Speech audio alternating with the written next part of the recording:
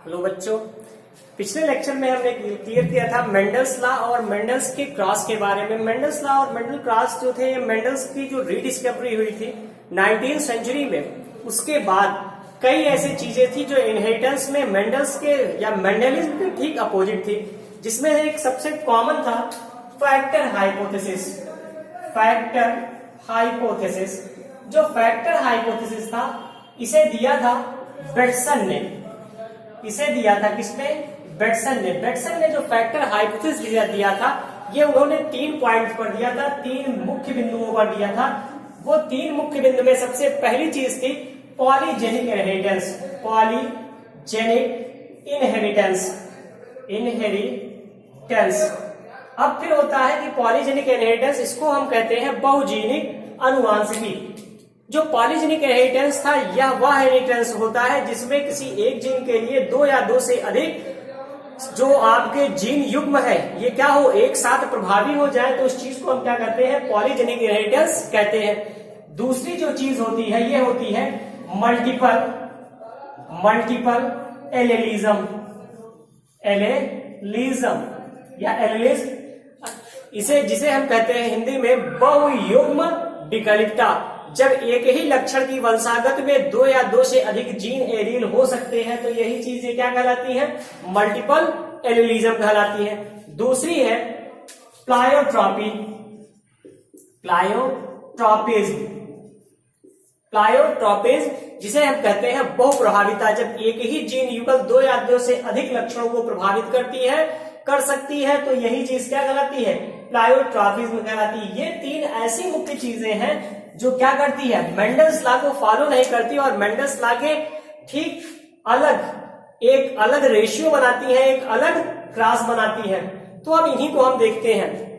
इस तरीके से जो दूसरी चीज है, आप वो जान लीजिए, इसी मेंडल्स पोस्ट मेंडेलियन जो क्रॉस होते हैं, इन्हें हम क्या कहते हैं? पोस्ट मेंडेलियन क्रॉस कहते हैं। और जो पोस्ट मेंडेलियन कंडीशंस, इसमें सबसे पहली चीज होती है inter allylic gene interaction. Allylic gene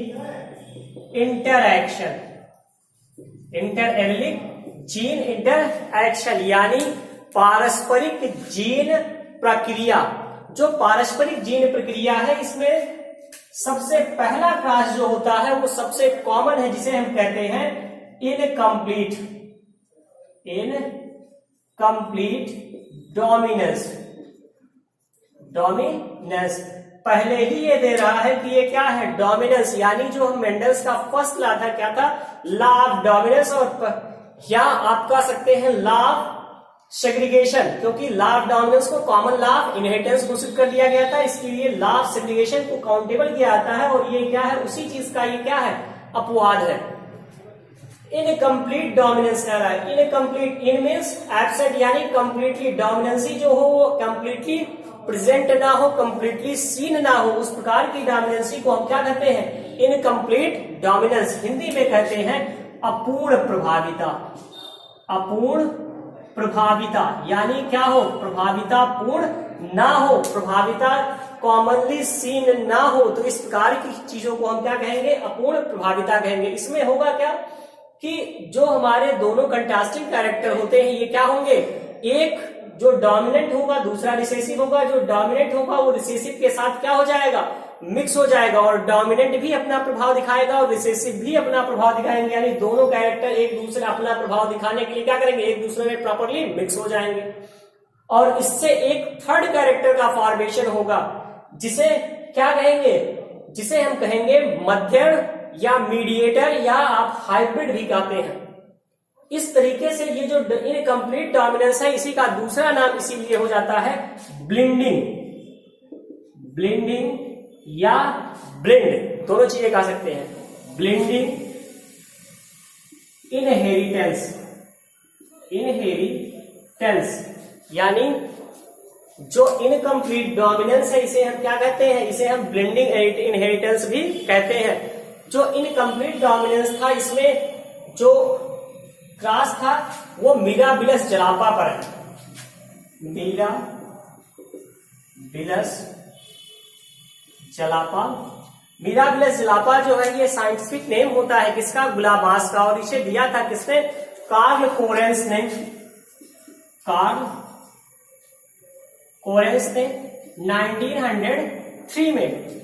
और इन्होंने क्या बताया कि जो हमारा गुलाबास मिराबिलस जलापा होता है, इसमें अगर हम क्रॉस कराते हैं तो इसमें 2 कलर के फ्लावर पाए जाते हैं, 2 कलर के फ्लावर पाए जाते हैं, इनकम्प्लीट डोमिनेंस। इसमें 2 कलर के फ्लावर पाए जाते हैं। एक कलर हमारा होता है रेड और दूसरा कलर हमारा जो होता है वो होता है व्हाइट। जो हमारा रेड कलर होता है इसका सिंबल होता है कैपिटल आर, जो हमारा व्हाइट कलर होता है इसका सिंबल होता है स्मॉल आर। क्यों? क्योंकि जब भी हम एलील बनाते हैं तो जो एलील हो उस एलील का रिसेसिव कैरेक्टर उसी का स्मॉल लेटर माना जाता है। जब इन्होंने रेड और व्हाइट का क्रॉस कराया तो इस कंडीशंस में जो प्राप्त हुआ वो क्या हुआ, इन दोनों कलर के मिक्सिंग के फलस्वरूप बना क्या, पिंक कलर, और पिंक कलर का ऑब्जर्वेशन हो गया। जब इन्होंने क्या किया, इसका सेल्फ क्रॉस किया यानी F1 इंटू F1, तो उस कंडीशंस में इसके लिए बेटर होता है क्रॉस कराने के लिए क्या करें, आप बोर्ड मेथड का यूज कर लें।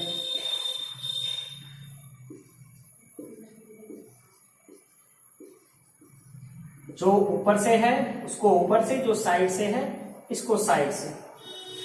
ये ध्यान रखें कैपिटल लेटर पहले और स्मॉल लेटर बाद में होना चाहिए। ये बना क्या, तो ये हमारा बना रेड, ये क्या बना पिंक, ये बने पिंक, और ये क्या बना व्हाइट। यानी जो रेशियो हो गया वो कितने का हो गया, 1:2:1।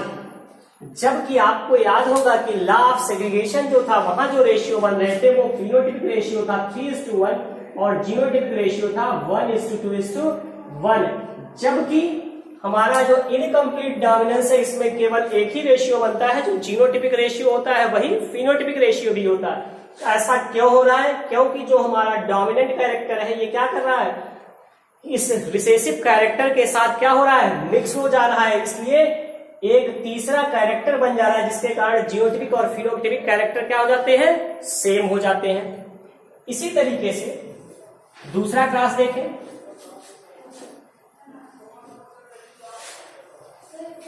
दूसरा क्लास है हमारा कोडोमिनेंस।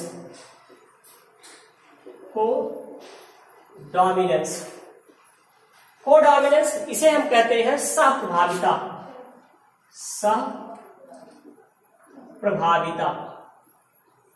सहप्रभाविता यानी जहां क्या हो, प्रभावी लक्षण जो हो वो क्या हो, अप्रभावी लक्षण के साथ सहयोग प्रदर्शित करे और दोनों लक्षण एक साथ अपनी प्रभाविता प्रकट कर दे और दोनों लक्षण साथ में वर्क करे। ये जो होता है सहप्रभाविता, इसका बेस्ट एग्जांपल माना जाता है स्किन कलर इन कैटल। यानी जो हमारे मवेशी है उन मवेशियों में जो बाल होता है वो बाल का जो रंग होता है वही क्या कहलाता है, स्किन कलर। तो मवेशियों में जो स्किन कलर होता है उस स्किन कलर को ही हम क्या कहते हैं, स्किन कलर इन कैटल। जब इसको इन्होंने क्रॉस किया तो इसमें इन्होंने लिया रेड हेयर युक्त और व्हाइट हेयर युक्त। रेड के लिए इन्होंने एक सिंबल लिया R1 और व्हाइट के लिए इन्होंने लिया सिंबल R2। और जब इन दोनों का क्रॉस कराया तो इस कंडीशंस में क्या हो गया, जो रेड और व्हाइट थे ये आपस में क्या कर गए, मिक्स कर गए और दोनों एक साथ अपना कैरेक्टर दिखाने लगे, जिससे जो अलग कैरेक्टर बना, अलग कलर बना, वो क्या हो गया, रोन। ये हो गया F1 जनरेशन और ये हो गया P जनरेशन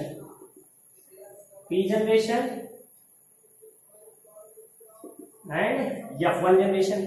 फिर जब इसका सेल्फ क्रॉस किया गया, सेल्फ क्रॉस, तो सेल्फ क्रॉस देख लें,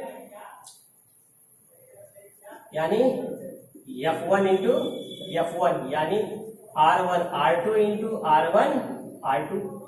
फिर वही बोर्ड मेथड बेटर होता है क्रॉस बनाने के लिए, R1 R2 R1 R2 R1 R1 R1 R2 R1 R2 R2 R2 क्या बना? R1 क्या है? Red colour. R1 R2 क्या है? रोन कलर। R1 R2 क्या है? यहां भी रोन कलर। और R2 R2 क्या है? White colour. अब यहां रेशियो कितने का बना? 1:2:1 का रेशियो यहां भी बना। अब फिर होता है क्वेश्चन कि कोडॉमिनेंट और इनकम्प्लीट डोमिनेंस में अंतर क्या है? इनकम्प्लीट डोमिनेंस जो थे उसमें क्या थे? दोनों लक्षण एक दूसरे में मिक्स हो जा रहे थे, जबकि जो कोडॉमिनेंस है इसमें दोनों लक्षण क्या हो रहा है? एक साथ प्रकट हो रहे हैं। मिक्सिंग नहीं हो रही है, बल्कि दोनों लक्षण क्या हो रहे हैं? एक साथ प्रकट हो रहे हैं, एक साथ दिखाई दे रहे हैं। इसीलिए इसे हम क्या कहते हैं? कोडॉमिनेंस कहते हैं। यानी दोनों का है, ये दोनों लक्षण क्या है? एक दूसरे के साथ सहयोग प्रदर्शित कर रहे हैं। तो अगर दोनों लक्षण एक साथ प्रकट हो तो ऐसा डोमिनेंस हमारा कहलाएगा कोडॉमिनेंस। और दोनों कैरेक्टर क्या हो? आपस में मिलकर एक तीसरे कैरेक्टर का फॉर्मेशन कर दे तो वो चीज हमारा कहलाएगा क्या? Incomplete dominance. Okay, thank you.